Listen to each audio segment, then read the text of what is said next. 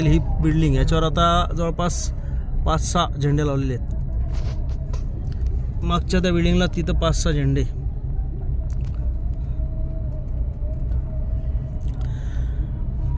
अहिरे साहेबांनी रिपोर्ट दिला की झेंडे जे आहेत ते परवानगी घेऊन लावण्यात आलेले आहेत, परंतु माझी तक्रार त्यांनी पूर्ण वाचली नसेल.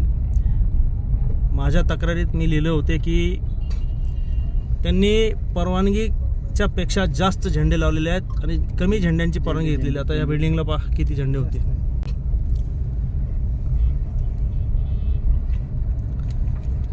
आता ह्या बिल्डिंगवर पहा किती झेंडे आहेत. वरती 3 झेंडे, याच्या बाजूला इकडच्या बिल्डिंगला 3-4 झेंडे.